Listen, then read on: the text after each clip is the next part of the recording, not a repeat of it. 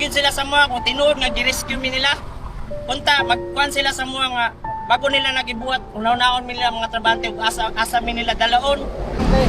Kalit ka niya, wala na sweldo. Siya mga pamilya, karon. Eh nakanya ng diskarte na lang makaon. Kaya, sa katayang panahon ka rin, mingon sila na nagka-applyan, ako ko sana, daga lagi ka-applyan, pero pang-apply na, dawaton ba mi dayon? Nga, usa ka mga apply, kinahanglan kag part-time pang-requirements, at may part-time pang-requirement, waman may sweldo na dawat. So nani proper coordination na itabo sir sa ilahang pagpa-close ani? Wala gid sir, diretso read lang gid. Diretso sir, kami tanan ibang tiunan mi. Itutukan man lang. Mura gani o kanang nag-grade sila o kanang mga kriminal gani na trabante man ang tami. Kani kriminal wa man ni armas. Kaya ang gipagawas nila sa balita nga gisave daw mo. Oo, gisave. Girescue daw mo. Angin lang, gisave. Okay, gisave na, ba gisave nga gitanggalan ang trabaho. Oo.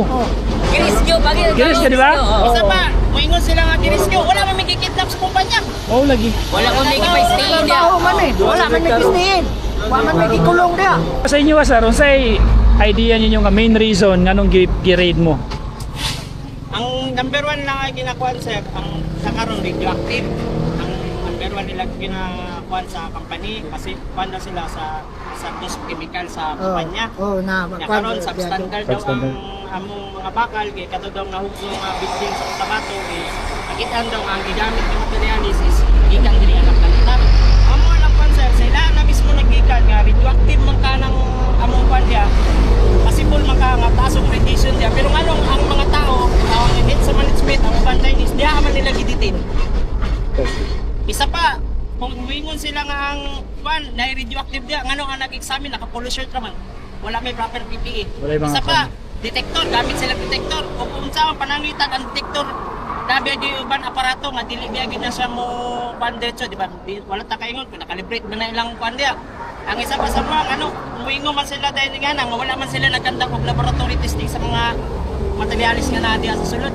Eh kung muingon sila ang radioactive sa mga dire, nanay tingdugay diri nga trabante. O may nangausa sa mga. Ang ilaan. Wala ka tuod na dyan. Gitiritso, dugay na rin nga company sir, nga ikauban na mo dire. 8 years, 9 years, 100 ka ron sir. Kami, 10 years. 10 years. 10 years na sir. Oo. Wala may nakuhan sa mga sir. Lambok may ko. Nakuha na sa NPA, mag-grade. O saan na namin mga trabahante nga nakulban na may kaldero. Waman sila gingon nga on, na-read mo karon tabangan mo sa gobyerno, waman sila gipagawas nga statement ngayon na. Okay. Ultimate City, wala man. Nagingon mga trabahante nga wanawan nagtrabaho. Namoy madawat gikan sa gobyerno, isporta sa mga trabahante. Wala man. O ikaw among ginakwat ko karon madungog ko tanga mo sa mga empleyado. Okay, ang ipagawa sa social media, ang kuan lang sa kumpanya, ang pagpandaw sa kumpanya ngay ngani wa sila naglantaw sa mga dagan kami trabante. Ang gi-report dito 174 ra kung butong noon 300 ka pin. Nakaron asa may kuan, maingon sila dagan mong duli. May mag-atiman ng diretso sa duli. Na naman ay ginakuan nga proseso ang duli, di ba? Tinod. Na parehaning karon. Wala may mga trabaho. Labay may mga estudyante. May mga lak. Pangkuha pang mo, pangwarta. Wala naman yun. Board pa ginang uban sir. Board panguban. Gawa sa inyo ha. Gawa sa inyo ha na apektado kamo ng mga trabahante diya sa Mighty School. Kami pod ang mga sir. Kanang negosyante. Apil pod mi na apektado kay di naman may ka-deliver. Oo. So mo nay amo ang gianhi pod dire para mo simpatiya pod sa inyo no. Kay kami pod bisan og dili may trabahante diha sama ninyo isa pod mi sa napituhan kay di Yes, man sir. pod mi makadeliver diha sa kumpanya no. So dako pod ang dili kay kamera pod daghan pod mga dependent pod sa mo ang napituhan umikan aning ilahang gibuhat ilahang pag-grade diha sa Kapag ay ingon sir, ang ingon pa tayo sa Wanda sir nga ang media di nila pasudyon na nag-meeting dito, i-hold sila media nga mukha na anong i-hold nila ang media sir? Kung saan man, dili nila taga-agwi ang kumpanya nga dungog ang mga mulok sa trabahante. Karon sir nga nagtapok media, nagawilga media, dahil moabot media, naugan sila. Sa may kwan nga gusto na pagman sa mga halos dili, mura kay migimuon kay minlag kanang amang gani. Sa mga lang sir, number 1 sa mga sir sa NBI o kuan man sir nga nag-violate yun ang among company. Dapat sir, una-una pununta nila sir nga kung nag-care gyud sila sa mga kung tinuod nga gi-rescue mi nila. Unta magkuan sila sa mga nga bago nila nagibuhat unaw-naon mi nila mga trabahante ug asa mi nila dalaon kung sa ihatag sa mga benepisyo. Kay kung sa tinuod na sir, mutuman man ang kumpanya, mutuman man ang mga trabahante. Ang amo lang pero ang amo lang natabo mo karon, pabor lang tanan sa ilaha ang pangitabo.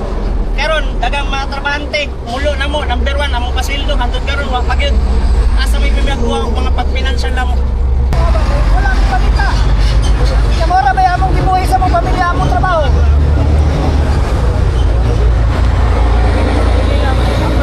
Sir, sa pangalan nimo sir?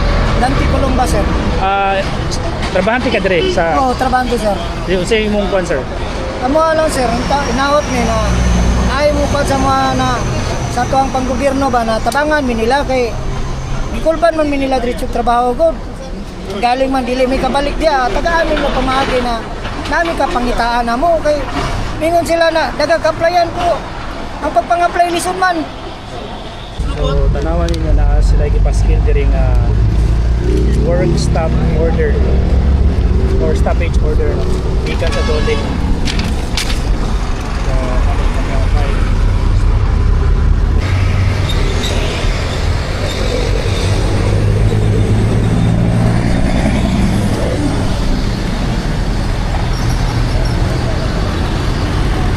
So sir, isa ka nga business owner na apektado. So sa may masulti nimo sa nakitabo?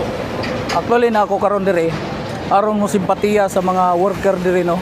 Na sila dire nag tapok sila dire na mga worker sobra 300 sila ka buok dire na naa kay gusto nila na mahibaw-an pod ang tingog sa kumpanya.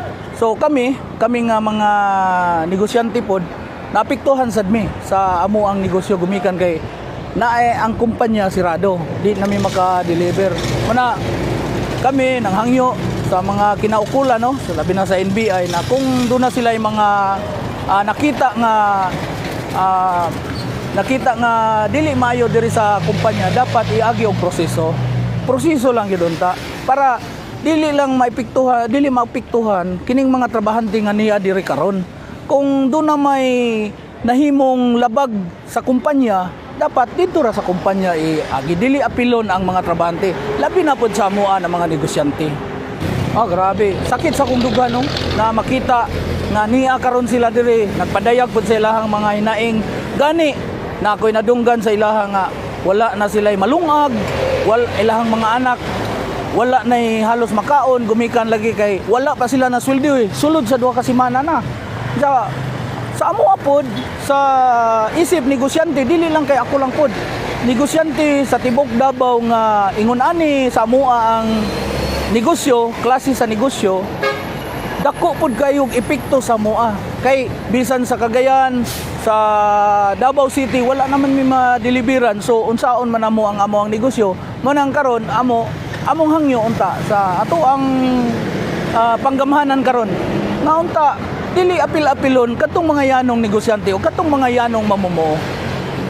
Og naa sila yung mga nahimong mali, sila lang iproseso nila, ayaw iapil ang mga sama namo og sama sa mga tao nga niya karon diri.